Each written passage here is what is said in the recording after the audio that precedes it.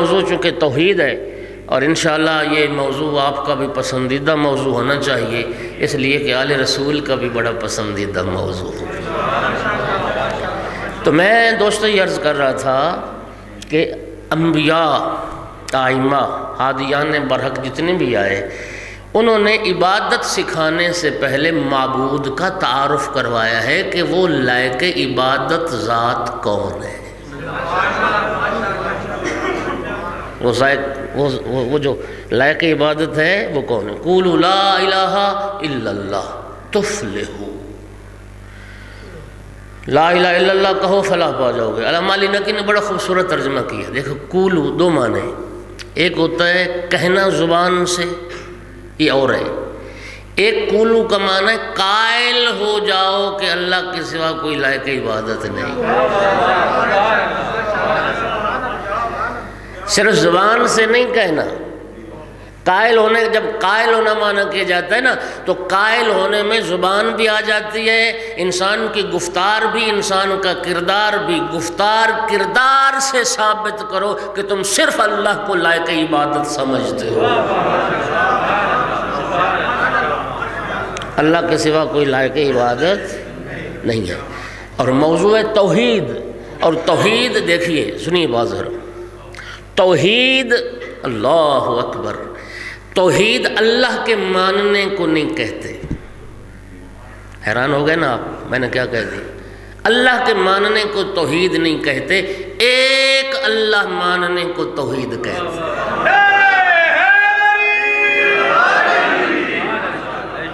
ایک اللہ مان، توحید یہ ہے، ایک اللہ، ایک اللہ۔ اور آپ یہ جو کلمہ توحید ہے، کلمہ توحید میں اگر صرف اللہ منوانا ہوتا تو پہلے لا الہ کا اقرار کیوں کروایا جاتا؟ توجہ چاہ رہا ہوں میں۔ یہ دنیا ہم سے کہتی ہے کہ شیعوں نے تولا اور تبرہ کہاں سے نکالا؟ ہم نے کلمہ توحید سے تولا بھی لیا ہے، تبرہ بھی لیا ہے، اور تبرہ پہلے ہے، تولا بعد میں ہے۔ جھوٹے معبودوں کی نفی پہلے، جھوٹے معبودوں کی نفی، لا الہ، کوئی لائق عبادت نہیں الا اللہ، پھر سچے معبود کا اقرار بعد میں۔ میرا بھائی اسی سے ہم نے تولا و تبرہ لیا ہے۔ سچا اس وقت تک مانا ہی نہیں جا سکتا جب تک جھوٹے پہ لعنت نہ کی جائے۔ پہلے جھوٹے کا انکار، پھر سچے کا اقرار۔ سورہ، اچھا آیت الکرسی آپ پڑھتے ہیں، اس میں کیا پڑھتے ہیں؟ فَمَن يَكْفُرْ بِالطَّاغُوتِ وَيُؤْمِن بِاللَّهِ فَقَدِ اسْتَمْسَكَ بِالْعُرْوَةِ الْوُثْقَىٰ۔ پہلے طاغوت کا انکار کرو، جو طاغوت کا انکار کرے وَيُؤْمِن بِاللَّهِ، پھر اللہ پر ایمان لائے، اسی نے مضبوط سہارے کو تھام لیا ہے۔ ارے بھائی سچا مانا ہی نہیں جا سکتا جب تک جھوٹے پہ لعنت نہ کی جائے۔ صلوات پڑھو محمد و آل محمد۔ پہلے لا الہ، پھر اللہ۔ یعنی کیا مطلب؟ صرف ایک اللہ کی ذات ہے جو لائق عبادت، ایک اللہ کی ذات ہے جو لائق ہے۔ اور اللہ تعالیٰ، توحید کیا ہے کہ اللہ تعالیٰ وحدہ، کیا پڑھتے ہو؟ اشہد ان لا الہ الا اللہ وحدہ لا شریک لہ، وحدہ لا شریک لہ۔ میں گواہی دیتا ہوں وہ معبود، وہ معبود حقیقی جو صرف اللہ ہے، اللہ کے سوا کوئی لائق عبادت نہیں۔ اور میں گواہی دیتا ہوں کہ وہ ایسا معبود حقیقی، ایسا واحد ہے جس کا کوئی شریک نہیں۔ توجہ ہوگی حضرات؟ جس کا کوئی شریک نہیں۔ سامعین گرامی، اصل انسان کا کمال یہ ہے انسان اپنے رب کو پہچانے۔ اس لیے تو پہلا جو خطبہ ہے نہج البلاغہ میں مولا امیر المومنین علیہ السلام کا، اس میں آقا کا کیا جملہ ہے؟ اول الدین معرفتہ۔ مولا علی فرماتے ہیں اول دین اللہ کی معرفت ہے۔ اور آپ نے جو اصول دین یاد کی اور ماؤں کی گودوں سے یاد کیے تو اصول دین میں پہلی اصل کیا یاد کروائی گئی؟ توحید، توحید۔ مولا امیر بھی یہی فرما رہے ہیں، اول الدین معرفتہ، اول دین، آغاز دین، ابتدائے دین اس اللہ کی معرفت۔ اور سرکار دو عالم کی ایک حدیث مبارک ہے کہ اول العلم معرفت الجبار، اول علم اس خدا جبار کی معرفت ہے۔ اچھا، مولا علی علیہ السلام نے فرمایا ہے کہ اول دین اللہ کی معرفت، یہ ہیں باب مدینہ علم۔ اور جو مدینہ العلم ہے انہوں نے فرمایا کہ اول علم اللہ کی معرفت۔ اب دونوں احادیث کو ساتھ رکھے نتیجہ کیا نکلے گا؟ نتیجہ یہ نکلے گا جسے اللہ کی معرفت نہیں ہے اس نے نہ علم کی دہلیز پہ قدم رکھا ہے، نہ دین کی دہلیز پہ قدم رکھا ہے۔ جس کے پاس عقیدہ توحید نہیں ہے وہ جاہل بھی ہے، وہ بے دین بھی ہے۔ اول دین اللہ کی معرفت، ابتدائے علم اللہ کی معرفت۔ گھبرا تو نہیں رہا ذرا؟ اللہ تعالیٰ آپ کو جزائے خیر۔ اچھا، میں نے عرض کیا کہ معرفت حضرات محمد و آل محمد علیہ السلام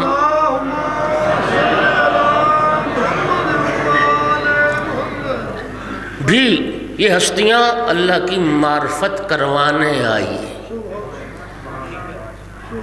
اگر طبیعت پہ گران ہم گزر ایک جملہ کہہ دوں، ہم اور آپ جاہل پیدا ہوتے ہیں، محمد و آل محمد علیہ السلام عرفان توحید لے کے آتے ہیں۔ ہم آئے ہیں اس کو پہچاننے کے لیے، وہ آئے ہیں اس کی پہچان کروانے کے لیے۔ وہ آئے ہیں اس کی پہچان کروانے کے لیے، خود کو رب کہلوانے نہیں آئے، رب کو رب منوانے آئے۔ رب کو رب منوانے آئے۔ وہ جملہ حدیث قدسی کا جو بڑا معروف جملہ ہے وہ اس آیت کی اس مفہوم کی تائید کرتا ہے، وَمَا خَلَقْتُ الْجِنَّ وَالْإِنسَ۔ میں نے عرض کیا کہ آل رسول نے اس کی تفسیر کیا فرمائی ہے کہ میں نے اس لیے جن و بشر کو پیدا کیا تاکہ میری معرفت حاصل کرے، اور وہ حدیث قدسی کا جو معروف جملہ ہے اسی مفہوم کی تائید کرتا ہے، جس میں خالق نے فرمایا كُنْتُ كَنْزًا مَخْفِيًّا فَأَحْبَبْتُ أَنْ أُعْرَفَ فَخَلَقْتُ الْخَلْقَ كَيْ أُعْرَفَ۔ میری بات کی تائید ہو رہی ہے۔ اللہ تعالیٰ فرماتا میں خزانہ مخفی تھا، میں نے چاہا کہ میں پہچانا جاؤں، میں نے اپنی پہچان کے لیے ایک مخلوق کو خلق کیا تاکہ میں پہچانا جاؤں۔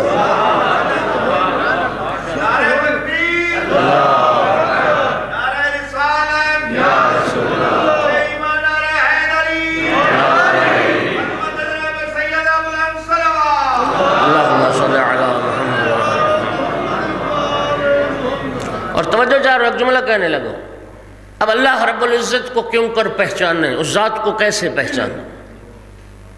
توجہ کیجیے دوستو، ذرے سے لے کر کہکشاں تک ایک ایک شے، ایک ایک چیز اس کے وجود کا پتہ بھی دے رہی ہے، اس کی قدرت کا پتہ بھی دے رہی ہے، اس کی حکمت کا پتہ بھی دے رہی ہے، اس کے علم کا پتہ بھی دے رہی ہے۔ ذرے سے لے کے کہکشاں تک ایک ایک چیز بول بول کے بتا رہی ہے اس کا کوئی خالق بھی ہے، اس کا کوئی بنانے والا بھی ہے، اور بنانے والا جو ہے وہ عالم بھی ہے، حکیم بھی ہے، قدیر بھی ہے۔ توجہ ہے حضرات، اللہ آپ کی جزائے خیر عطا فرمائے۔ اور پروردگار نے قرآن مجید میں معرفت توحید کے لیے اسی کون اور کائنات میں غور و فکر کرنے کا حکم دیا۔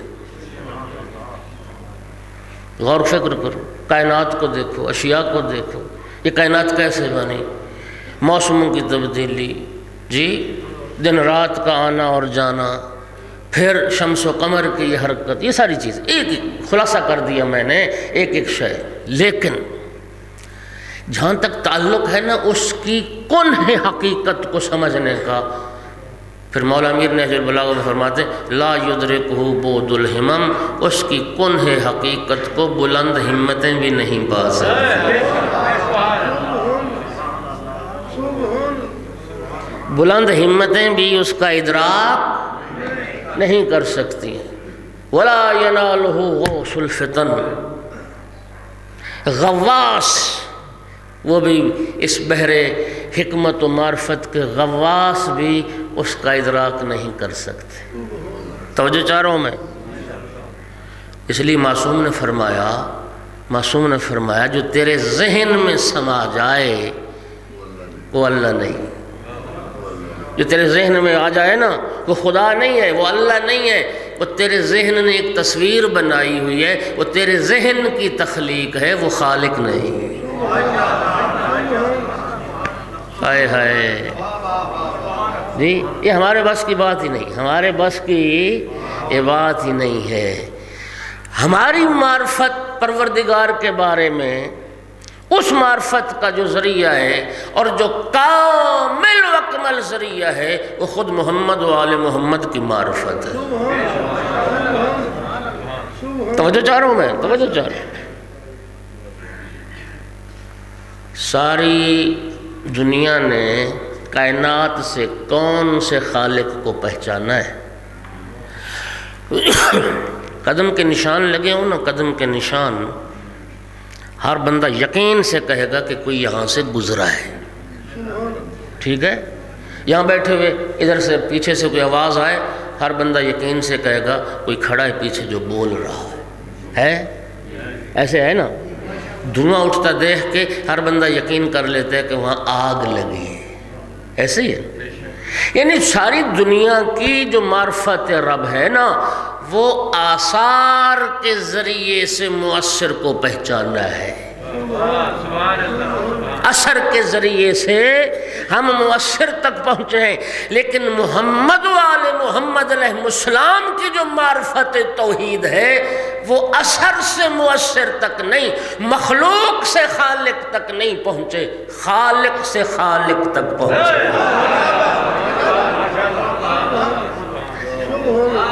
خدا کرے میں سمجھا سکوں۔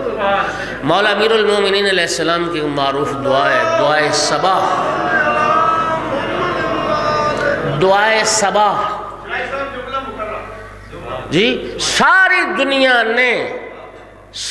دنیا نے مخلوقات کے ذریعے سے خالق کو پہچانا، آثار کے ذریعے سے مؤثر کو پہچانا، لیکن محمد و آل محمد علیہ السلام نے آثار کے ذریعے مؤثر کو نہیں پہچانا اور اللہ کو اللہ ہونے سے پہچانا، رب کو رب کے ذریعے سے پہچانا۔ دعائے صباح جو ہر صبح کو پڑھنے کا حکم ہے، مولا امیر المومنین علیہ السلام کی دعا ہے، کیا خوبصورت جملے ہیں۔ یا من دل بذاتہ علی ذاتہ، اے وہ پروردگار جس نے اپنی ذات کے ذریعے میری رہنمائی اپنی ذات کی طرف کی۔ اوئے ہوئے، مخلوقات بیچ میں نہیں ہیں، مخلوقات نہیں ہیں، کائنات نہیں ہے۔ یا من دل بذاتہ علی ذاتہ، جس نے اپنی ذات سے اپنی ذات کی طرف رہنمائی۔ امام زین العابدین علیہ السلام کا جملہ صحیفہ سجادیہ میں،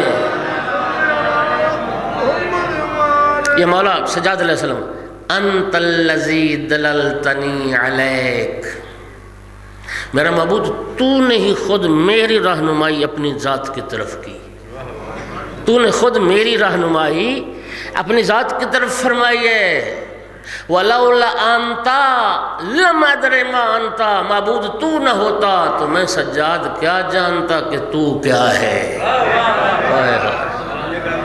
خود تو نے میری رہنمائی کی ہے اپنی ذات کی طرف۔ اور دعائے عرفہ جو معرفت توحید کا سمندر ہے۔ میں دعائے عرفہ یہاں ایک روک کے ایک بات اور قیمتی آپ کو سنانا چاہتا ہوں، میرے ذہن سے نکل جائے نا تو پھر مجھے دعائے عرفہ کا حوالہ دینا ہے۔ میں نے دعائے عرفہ کے 2 جملے سنانا، ایک جملہ کہنا ہے، ارباب دانش بیٹھو، بخدا قسم معرفت توحید میں اضافہ کے لیے توجہ، حدیث معصوم سے معرفت توحید میں اضافہ نہیں ہوتا، دعائے معصوم سے معرفت توحید میں اضافہ۔ اللہ اکبر اللہ اکبر۔ نہیں مجھے وضاحت کرنا پڑے گی۔ دیکھیے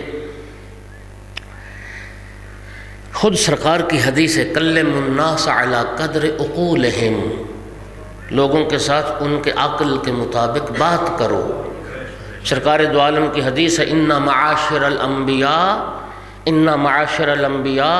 ہم گروہ انبیاء جو ہیں، ہم سے یہ عہد لیا گیا ہے اللہ نکلم الناس الا بقدر عقولہم، ہم سے یہ کہا گیا ہے کہ ہم لوگوں کے ساتھ جو بات کریں نا ان کے معیار عقل کے مطابق کریں۔ یہ بات پہلے سمجھ لیں۔ اچھا حدیث کیا ہوتی ہے؟ حدیث نبی پاک کا یا امام معصوم کا وہ کلام، وہ گفتگو جو آقا نے، معصوم نے، امام نے، نبی پاک نے لوگوں سے فرمائی۔ آقا خطبہ دے رہے ہیں، زید نے سنا، بکر نے سنا، ابو ہریرہ نے سنا، مولا علی نے سنا، جس نے بھی سنا اور آگے نقل کر دی انی سمعت رسول اللہ، سب نے سنا۔ یہ اچھا، اب جب سارے، توجہ چاہوں گا، جب خود آقا فرماتے ہیں کہ ہم انبیاء لوگوں کے معیار عقل کے مطابق بات کرتے ہیں، ذرا غور کرنا، خدا کرے میں یہ بات سمجھانے میں کامیاب ہوں۔ دیکھیے اقبال کا کلام سارے لوگ سمجھتے ہیں، غالب کی شاعری سب سمجھتے ہیں، بھائی اقبالیات پی ایچ ڈی کا موضوع ہے، اقبالیات پہ لوگوں نے ڈاکٹریٹ کیا ہے۔ مجھے بعض لوگ ملے جنہوں نے کہا جی شہید مطہری کی کتابیں جو ہیں نا وہ تو ہماری سمجھ میں نہیں آتی۔ میں نے کہا شہید مطہری کی جو گفتگو ہے وہ ان کے لیکچرز ہیں، دروس ہیں جو یونیورسٹی میں وہ دیتے تھے، کہاں یونیورسٹی کا ایک سٹوڈنٹ اور کہاں وہ حوزہ علمیہ کے فضلاء اور کہاں ایک عام پڑھا لکھا یا ایک عام معمولی انسان، تو ظاہر ہے وہ کیسے سمجھے گا؟ توجہ چاہوں گا بھئی، ہم تو غالب کا کلام نہیں سمجھ سکتے، ہم تو وہ غالب نبی ہے، امام ہے، غالب ہم جیسا ایک انسان ہے، اقبال ہم جیسا انسان ہے، ہم ان کا کلام نہیں سمجھ پاتے، تو وہ جو عقل کل ہے اور کل عقل ہے، وہ جو علم کل ہے اور کل علم ہے، اگر امام معصوم، اگر نبی پاک اپنے عقل اور اپنے معیار کے مطابق بات کرتے، کون سمجھتا رسول اللہ کی بات کو؟ اچھا میری بات پہ یقین نہ آئے نا تو ذرا نہج البلاغہ کا پہلا خطبہ تو ترجمہ سے پڑھ کے ذرا سمجھو، دماغ چکرا نہ جائیں تو مجھے جھوٹا کہیں۔ مجھے کہا لوگوں نے کہ آپ نہج البلاغہ کی باتیں بہت کرتے ہیں، ہمارے تو سر سے اوپر سے گزر جاتا ہے۔ تو جو چاہ رہا ہوں میں بھئی، جو بات مولا میر نے، جو خطبہ سلمان، ابو ذر، میثم، کمیل ان لوگوں کے سامنے دیا، وہ ہم کیا سمجھتے ہیں؟ ہمارا لیول وہ ہے؟ بولو ذرا، نہیں ہے نا؟ تو بہت ذرا سمجھیے حدیث میں کیا ہوتا ہے۔ حدیث میں معصوم جب گفتگو کرتے ہیں تو لوگوں کی سطح ذہنی کو سامنے رکھ کے کرتے ہیں، اس لیے اب جملہ کہنے لگا، مولا امیر المؤمنین علیہ الصلوۃ والسلام، مجھے بتائیے اللہ کے ساری کائنات میں سب سے زیادہ علم و عقل والی ہستی رسول اللہ کے علاوہ کوئی ہے؟ یار لوگ غالب کا، اقبال کا کلام نہیں سمجھتے، رسول اللہ اگر اپنے معیار عقل کے مطابق بات کرتے تو کون سمجھتے؟ اس لیے مولا امیر المومنین نے سید الانبیاء کے بارے ایک جملہ فرمایا، ما کلم رسول اللہ الناس بکنہ عقلہ قط۔ مولا علی فرماتے رسول اللہ صلی اللہ علیہ وآلہ وسلم نے اپنی پوری زندگی میں لوگوں کے ساتھ اپنے معیار عقل کے مطابق بات ہی نہیں کی۔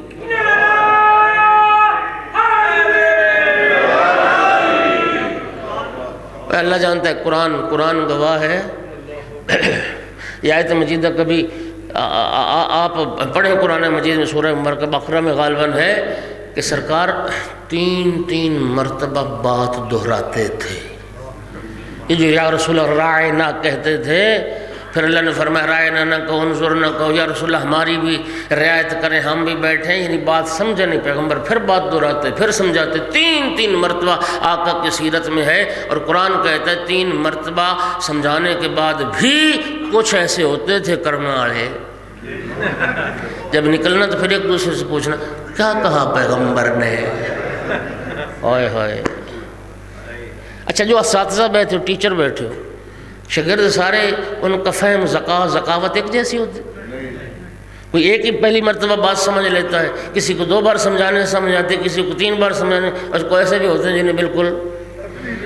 مولا امیر نے کیا فرمایا، رسول اللہ نے پوری زندگی اپنے معیار عقل کے مطابق لوگوں سے بات نہیں کی، رسول اللہ صلی اللہ علیہ وآلہ وسلم نے اپنے معیار عقل کے مطابق اگر دنیا میں کسی سے بات کی ہے، یا علی و زہرا سے کی ہے، یا حسن و حسین سے کی ہے، اس لیے کہ اللہ اکبر یا رسول اللہ، جن کے لیے خود آقا نے فرمایا انہم منی وانا منہم، یہ مجھ سے ہیں اور میں ان سے۔ اب میں قریب آ گیا، حدیث اور دعا میں فرق بتا رہا ہوں۔ میں نے کیا دعویٰ کیا کہ حدیث معصوم سے معرفت توحید میں اضافہ نہیں ہوتا، دعائے معصوم سے ہوتا۔ حدیث میں مخاطب عام لوگ ہوتے ہیں، اور دعا میں معصوم کا جو مخاطب ہوتا ہے وہ ذات پروردگار ہوتا ہے۔ حدیث میں گفتگو لوگوں سے ہوتی ہے، اور دعا میں معصوم اپنے رب سے، اپنے معبود حقیقی سے ہم کلام ہوتے ہیں۔ تو میرا بھائی، جب معصوم امام نبی پاک جب اللہ سے ہم کلام ہوتے ہیں اور رب سے مخاطب ہوتے ہیں، تو اپنی تمام تر علمی عقلی صلاحیتوں کو اور اس کی عظمتوں کا ادراک کرتے ہوئے اس سے خطاب کرتے ہیں۔ اس لیے میں کہہ رہا ہوں، عظمت توحید، معرفت توحید سمجھنا چاہتے ہو، اضافہ کرنا چاہتے ہو، تو معصوم کی دعا کا مطالعہ کرو۔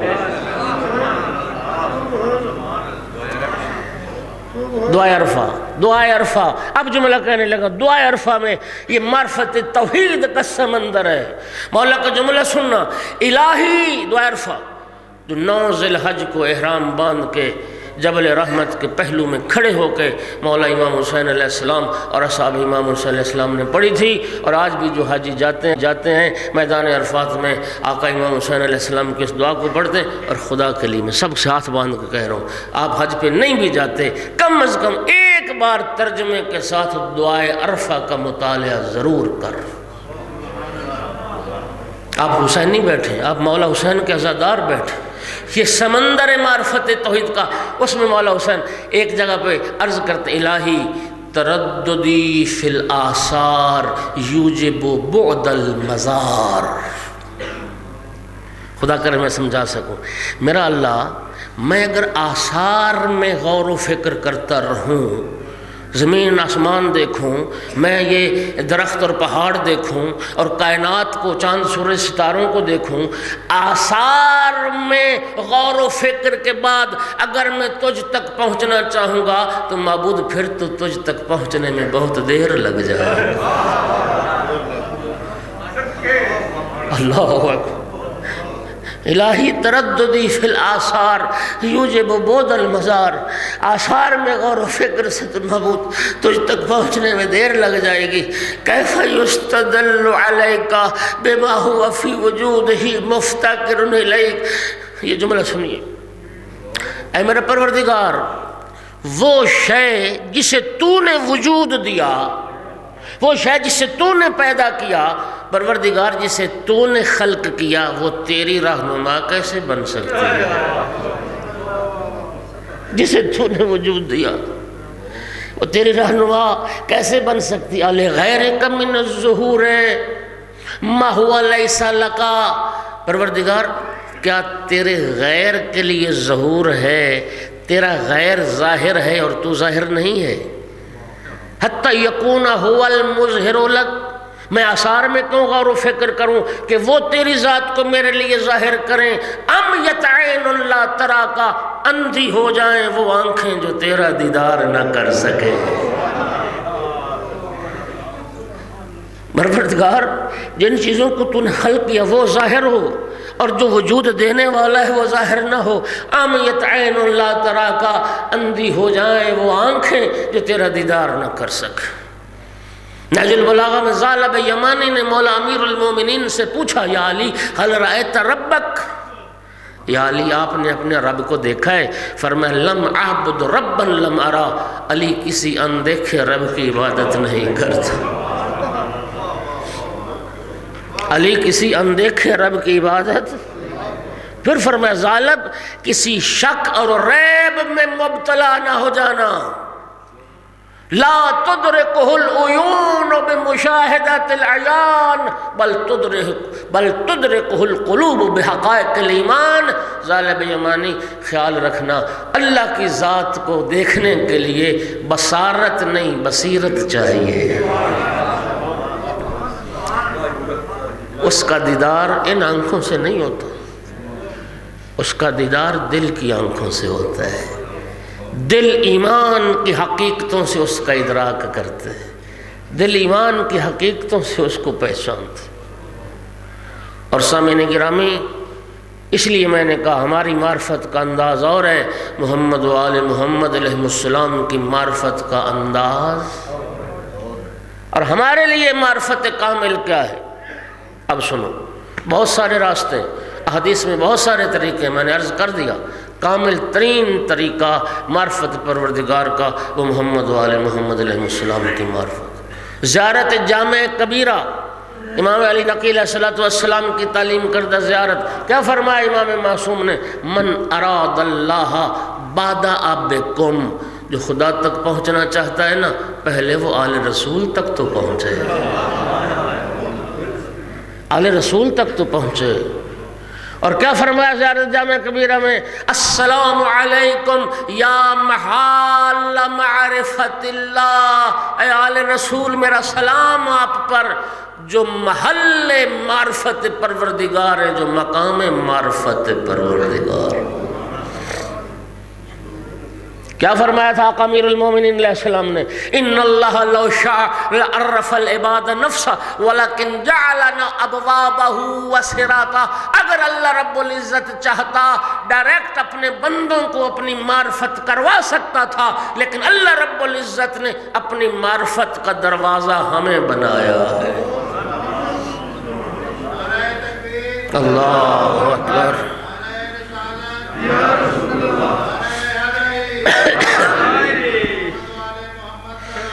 اللہم صلی علی محمد، اپنی معرفت کا ذریعہ ہمیں قرار دیا۔ اس لیے سرکار دو عالم نے مولا امیر المومنین علیہ السلام کو خطاب کر کے فرمایا تھا، یا علی من عرفک فقد عرفنی ومن عرفنی فقد عرف اللہ۔ اے علی جو تجھے پہچانے گا وہی مجھے پہچانے گا، اور جو مجھے پہچانے گا وہی اللہ کو پہچانے گا۔ نتیجہ کیا نکلا ساری گفتگو کا؟ کہ معرفت امام معرفت خدا کا ذریعہ ہے، امام تک پہنچنا اللہ تک پہنچنے کا ذریعہ ہے۔ عاشور کی شب کو امام حسین علیہ السلام نے اپنے ساتھیوں کو خیمے میں جمع فرما کے ایک خطبہ ارشاد فرمایا۔ اس خطبے کے دو جملے سن، اور جن لفظوں سے خطاب کیا مولا حسین علیہ السلام نے، کیا خوبصورت لفظ۔ فرمایا یا بن الکرام، اے شریف ذاتو، اے شریف ذات، اے کریم لوگوں کی اولاد، ما خلق اللہ العباد الا لیعرفوا،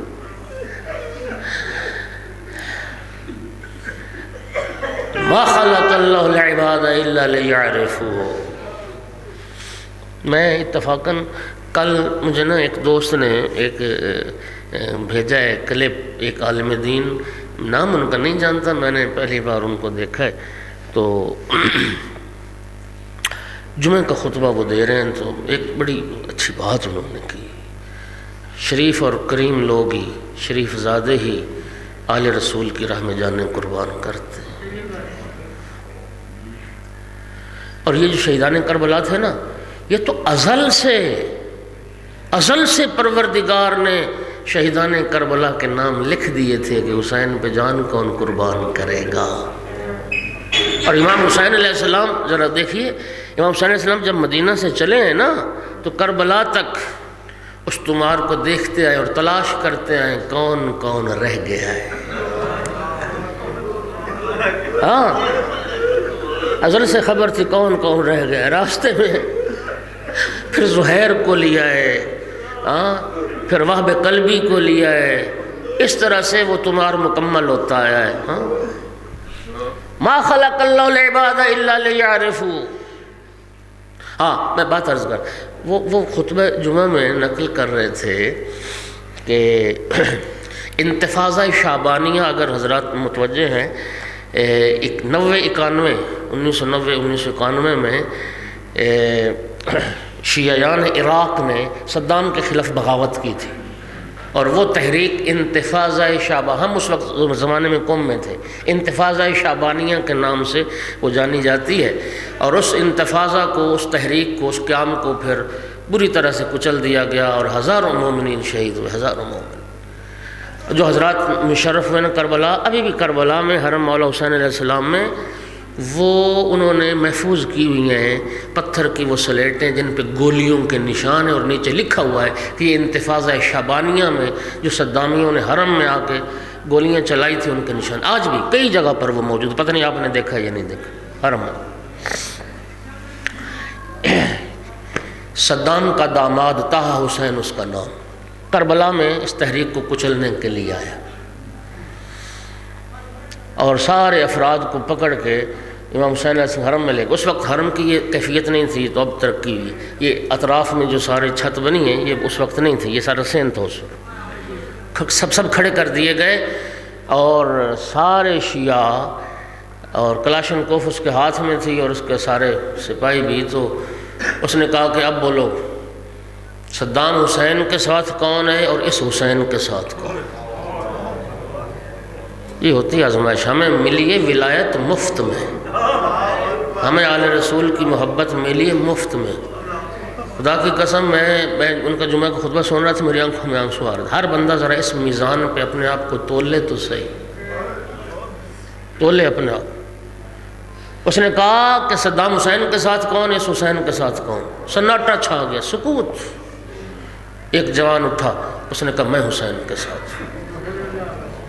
کہا باہر نکلو، باہر نکلا، کلاشن کوف سے گولیوں سے بھون دی۔ اور کون ہے حسین کے ساتھ؟ پھر ایک جوان اٹھا، میں حسین کے ساتھ، گولیوں سے بھون دیا۔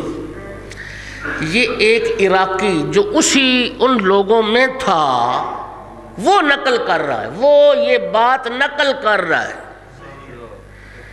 اس نے کہا اسی رات میں نے خواب میں دیکھا کہ مولا حسین علیہ السلام تشریف لائے، جو پہلا جوان اٹھا تھا نا، پہلا جوان، فرمایا اس کی لاش کو گنج شہیدہ میں دفن کر۔ گنج شہیدہ آپ نے دیکھا ہے، شہیدان کربلا کے ساتھ۔ اور جو دوسرا اٹھا تھا جوان، فرمایا اس کو میری زری میں دفن کر، میری زری میں۔ اللہ اکبر۔ پوچھا مولا دونوں نے جان قربان کی، ایک کو اپنے پاس سلایا، پتہ مولا حسین کے پاس علی اکبر سوئے، اور دوسرے گنج شہیدہ میں۔ مولا یہ فرق کیوں؟ فرمایا فرق اس لیے کہ جو پہلا اٹھا تھا نا اس نے بھی جان قربان کی، وہ بھی میرا جان نثار ہے، لیکن اس کو انجام کا پتہ نہیں تھا کہ میرے ساتھ ہونے کے حوال ہے۔ لیکن دوسرے کا کردار اس سے زیادہ اہم اس لیے کہ دوسرے کو پتہ تھا کہ میرے ساتھ ہونا کیا ہے۔ اللہ، شریف زادے ہی اس راہ میں جانے قربان کرتے ہیں۔ یا بن الکرام، عاشور کی شب، زمین کربلا، درس معرفت توحید۔ یا بن الکرام، اے شریف زادو، ما خلق اللہ العباد الا لیعرفوہ۔ اللہ نے اس لیے بندوں کو پیدا کیا ہے تاکہ بندے اپنے رب کو پہچانیں۔ بندے اپنے وَإِذَا عَرَفُوهُ عَبَدُوهُ، اور جب بندے رب کو پہچان لیں گے تو پھر اللہ کی عبادت بھی کریں گے۔ وہ جو پہلے جملہ میں نے کہا تھا، امام حسین علیہ السلام نے عبادت خدا کو نتیجہ معرفت خدا قرار دیا ہے۔ جسے اللہ کی معرفت ہو جائے گی نا، پھر وہ اللہ کی عبادت بھی کرے گا۔ کیا وجہ آل رسول کی عبادت کیوں زیادہ ہے؟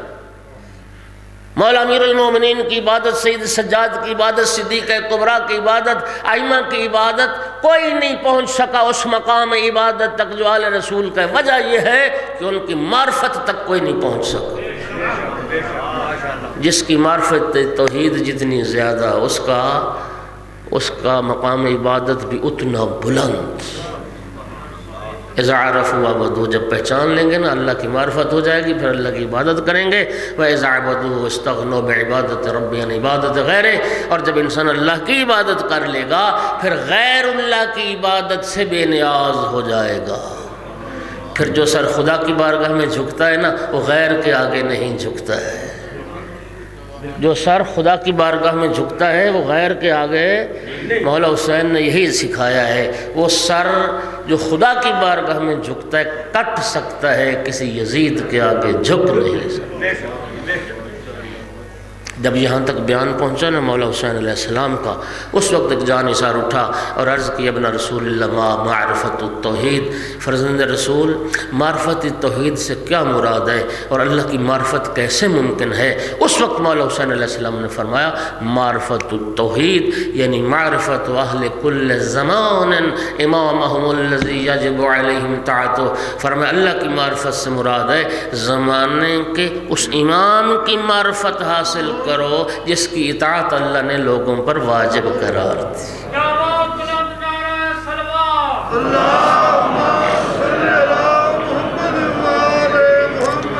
امام شناسی خدا شناسی کا ذریعہ ہے، معرفت امام کا ذریعہ، معرفت خدا کا ذریعہ۔ بس دوستو دامن وقت میں گنجائش نہیں، 1 گھنٹہ ہونے والا ہے، مجھے 2 جملے ذکر مصیبت کا عرض کروں۔ اب توحید پہ ایک مجلس نہیں چاہیے، اشرے چاہیے، خمسے چاہیے، مسلسل گفتگو چاہیے۔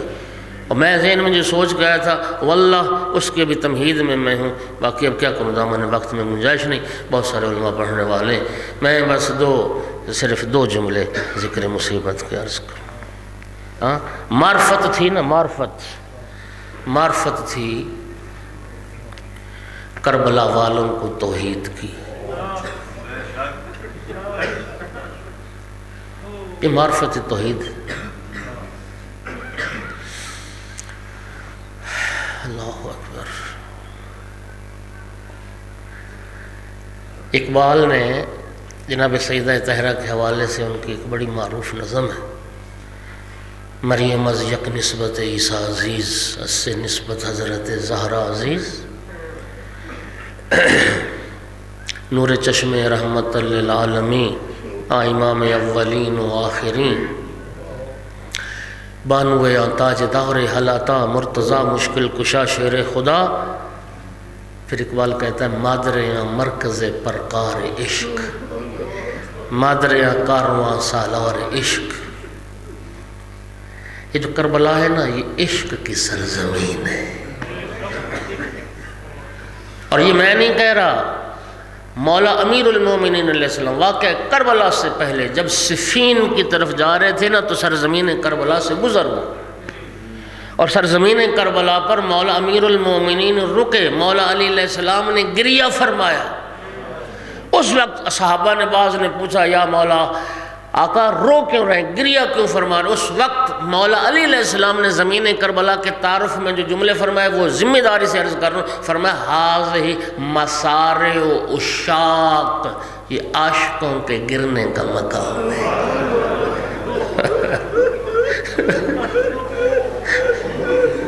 یہ سرزمین، یہ عاشقوں کے گرنے کا مقام، مادریاں کارواں سالار عشق۔ اقبال کہتا ہے وہ جو چھوٹا سا قافلہ کربلا کی طرف رواں دواں ہے نا، یہ عشق کا قافلہ ہے، اور اس قافلہ عشق کے سالار امام حسین کی ماں فاطمہ زہرا۔ کربلا سرزمین عشق ہے، عشق۔ ایک عارف نے کہا تھا رکعتان فی العشق لا یصح وضوءہما الا بالدم۔ ایک صاحب معرفت نے کہا تھا عشق کی نماز کا وضو پانی سے نہیں ہوتا، عشق کی نماز کا وضو خون سے کرنا پڑتا ہے، خون سے۔ اور خدا کی قسم یہ ایسے عاشق تھے کہ بلا موجود ہیں حدیث میں، تیر چل رہے تھے، تلواریں چل رہی تھیں، نیزے لگ رہے تھے، لا یجدون علم الحدید، روایات کہتی ہیں لوہے کی تکلیف کو محسوس نہیں کرتے تھے۔ ان کا نشاط، ان کی مسکراہٹ، ان کی تر و تازگی بڑھتی جا رہی تھی، ادھر ظلم بڑھتا جا رہا تھا، ادھر طمانینت بڑھتی جا رہی تھی، اطمینان بڑھتا جا رہا تھا۔ آپ حیران ہو جائیں گے، ابو ثمامہ سیداوی نے جب ایک صحابی نے عرض کیا کہ مولا نماز کا وقت ہو گیا اور خواہش آخری نماز آپ کی اقتداء میں ادا کر لیں، اللہ نے فرمایا اللہ تجھے نمازیوں سے محشور کرے۔ دو صحابہ نے، امام حسین علیہ السلام کے دو ساتھیوں نے کربلا میں مولا حسین کو نماز پڑھائی ہے۔ کون سی بات ہے جو آپ نے نہیں سنی؟ مولا کے آگے کھڑے ہو گئے سینہ تان کے، جنگ نہیں روکی گئی، تیر چل رہے تھے، اللہ جانتا ہے یوں تیر آ رہے ہیں، جس طرف سے تیر آتا ہے نہ بڑھ کے سینہ آگے کرتے، اللہ جانتا ہے سوچو گے تو حیران ہو جاؤ گے۔ پڑھ لینا سن لینا آسان ہے، لیکن خدا کی قسم عمل کی جو منزل ہے نا وہ بہت مشکل۔ کیسے عاشق تھے، تیر آتے کو بڑھ کے اپنے سینے پہ روک رہے، اللہ اکبر۔ اور تعجب نہ کرنا کہ یہ کیسے ہو گیا کہ تیر تلوار لگی اور تکلیف محسوس نہ ہو۔ سورہ مبارکہ یوسف میں اس کی دلیل موجود ہے۔ اگر زنان مصر عشق یوسف، حسن یوسف میں محو ہو کے اپنے ہاتھوں سے ہاتھ کاٹ لیں اور تکلیف محسوس نہ ہو، تو فخر یوسف کے عشق میں، مولا حسین کی محبت میں محو ہو کے اگر کسی تعجب نہ کرنا اس پہ۔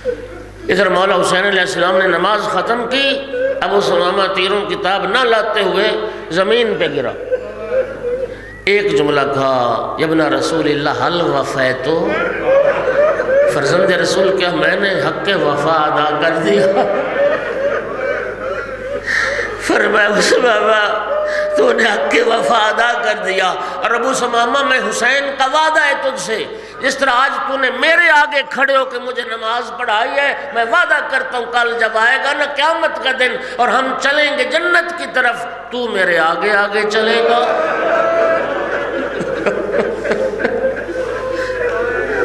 اور میں حسین تیرے پیچھے پیچھے۔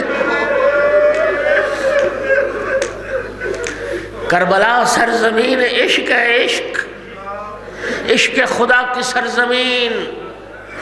مکہ اور مینا بھی سرزمین عشق ہے، مکہ اور مینا بھی عشق الہی کی سرزمین ہے، لیکن مینا میں اور کربلا میں فرق بہت ہے۔ مینا وہ سرزمین عشق ہے جہاں ایک نبی خدا، ایک نبی زادہ ذبح ہونے سے بچ گیا تھا۔ کربلا وہ سرزمین عشق ہے جہاں نبی کی ساری اولاد۔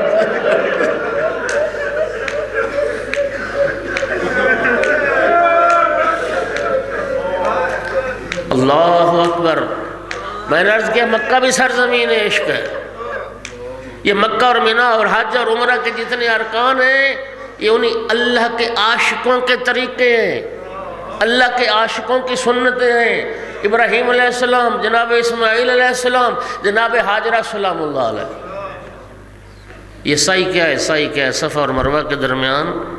یہ جناب حاجرہ کی سنت، جناب حاجرہ کی اس عمل کو اللہ رب العزت نے پسند کیا اور حج عمرہ کا رکن بنا دیا۔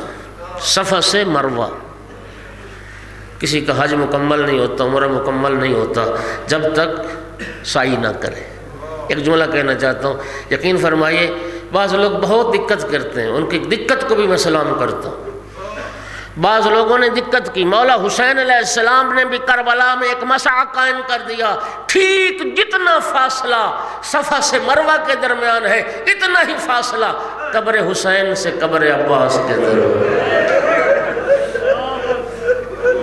ٹھیک اتنا ہی فاصلہ مولا عباس کی قبر سے مولا حسین کی قبر تک ہے۔ اور جب زائر جاتا ہے کربلا تو زائر بھی پھر سعی کرتا ہے، کبھی مولا عباس کی قبر پہ، کبھی مولا حسین۔